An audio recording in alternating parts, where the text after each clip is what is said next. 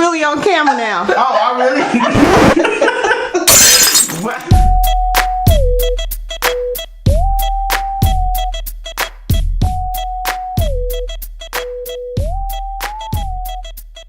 Welcome to the Prevention System and Psystem TV, the one and only YouTube channel dedicated exclusively to eradicating teen dating violence.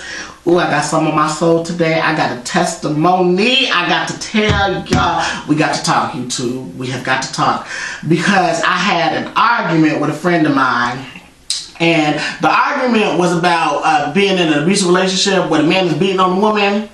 And she was saying that if the man beats the woman, that means he doesn't love her, point blank. What you think, Nisha? I kind of agree, but I kind of disagree. And I know it's kind of like, what do you mean? You agree, but you disagree.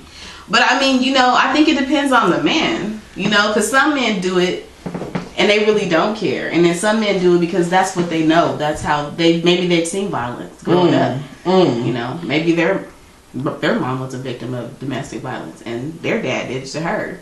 Right. And maybe he saw that as a way that he loved her or whatever. And not maybe unaware he's doing it and is not, you know. And we talked about that too, because we were talking about how, like, you know, it could be a cultural thing, you know what I'm saying? Like, especially like within like some religions, you know, a lot of extremist religions are the same religions that, you know, we do everything within our religion. You know, we don't play sports for the school, we play for the church. You know, we do everything. So if that's what your whole community is, and that's what your community deems as the social norm, you know, what are you supposed to do with that? You know, and you can't say that he doesn't love her because, you know, he might not know any better, like you said. That might be the way he's raised. And until you give him the tools, you know what I'm saying, and the resources and the education to do something, you know, you can't just say he don't love her. Now, that's not to say that she should stay with him. Right. That's not to say that him hitting her is acceptable. But I just don't think you can just say he don't love her. Right. Right, which I agree with you. Yeah. We was doing some research. And we was researching love languages. I don't know. Have y'all heard of love languages, YouTube? There are 5 main love languages, and they are words of affirmation, which is where you say, you know, you compliment somebody a lot. You know, you're so wonderful. You're so beautiful. You're so strong. I love this about you. I love that about you. That's words of affirmation. Another one is quality time. And you know what quality time is. Come stay with me. Come hang out with me, baby. Come take me out. It's quality time. Receiving gifts. I feel like they should have put a ring on it. Y'all know what's up. Y'all know what's up. The next one is acts of service. That can be as little as washing the dishes or vacuuming, you know. Just doing something helpful for your partner. A lot of people, that's petty stuff. But you know, some people, they actually, those type of things are acts of love for them. You know? I don't want you to wash the dishes. I want you to buy me a Cadillac and a mink and a fur and a house. Well, he's clearly the type that likes to receive and a bracelet and a Rolex, and I want a big old mansion with lots of rooms and housekeepers and everything. Okay. You need a sugar daddy. Sugar mama. Well, what's up? The last one is physical touch. And that's physical touch. Hugs, kisses, you know, I want to sit by you, I want to hold your hand. And what we were talking about was maybe if that is your love language, then, you know, maybe putting your hand on somebody is how you think you show you love them. You know what I'm saying? And that's a crazy idea. That's kind of scary. Yeah, you know? I don't know if yeah. Well, I mean, answer me this. Why is it that we make a huge deal about men beating women, but you'll never hear about women beating men? That's a good question. Shoot, that draws a blank. I mean, but that's not all the time. I say a majority of the time. Okay. But I think it's a stereotype too, because I mean, like, for example, if, you know, 2 people are in a relationship and the police are called, you know, maybe the man called the police, but when they show up, they're gonna automatically assume that they're there for the bill. Right. You know.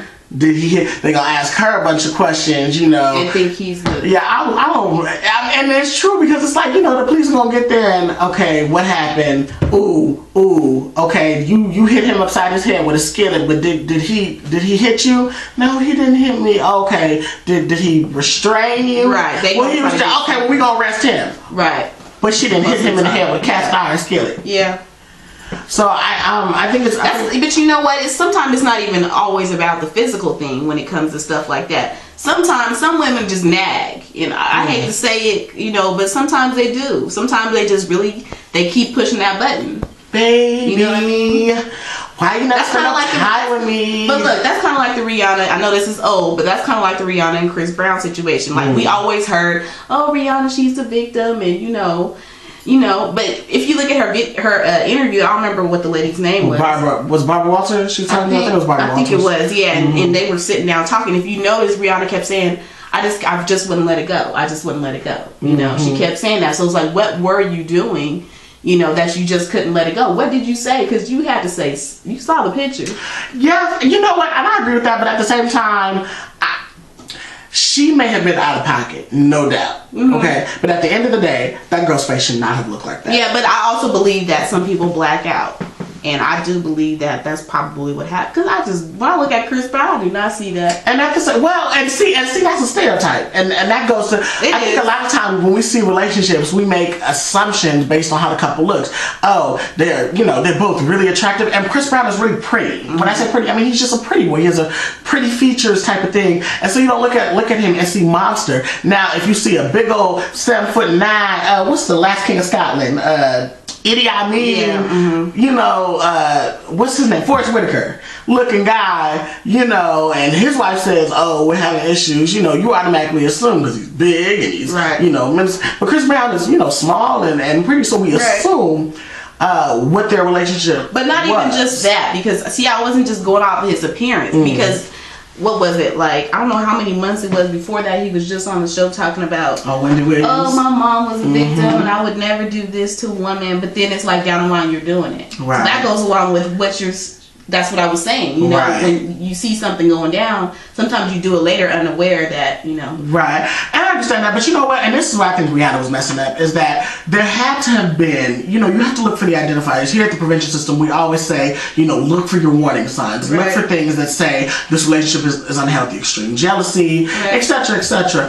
And so she had to have seen some warning signs. Okay, I know some things will make Chris flip out. She said on the interview, he had pushed me into a wall 6 times. Right. So you had to know that, something was going on, and I think that she just didn't have the resources, or even, I don't even think she was in the headspace to get herself out of that before it escalated to that point. So, at the end of the day, I think it's just really important that we, one, look for warning signs in an abusive relationship. 2, I forgot what I was going to say. I forgot what the second thing was. But I feel like it's on both sides as far as the man being responsible and the woman being responsible for the abuse. But I don't think that because a relationship is unhealthy that means there's no love. Right. Okay. So that's just my opinion. YouTube, what do you think? Do you think that, an abusive or unhealthy relationship, be it verbally, emotionally, physically, sexually, do you think that means that there's no love? Or do you think that means that maybe there's just some work that needs to be done? Let us know how you feel. Let us know what you think. Rate, comment, subscribe, tweet, twat, Twix, get a Snickers. Inbox us. Let us know how you feel. If you need help with anything.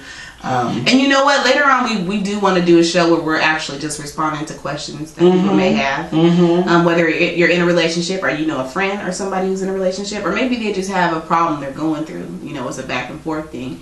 You can be anonymous if you don't, or you can refer to somebody anonymously. You don't have to say their name or who they are or whatever. But we do want people to start asking us questions. That way, we're able to give feedback to people. That's really what we're here for. We want to actually prevent teen dating violence. So let you know that you don't ever have to put up with foolishness. And with that, over and out. Until next time.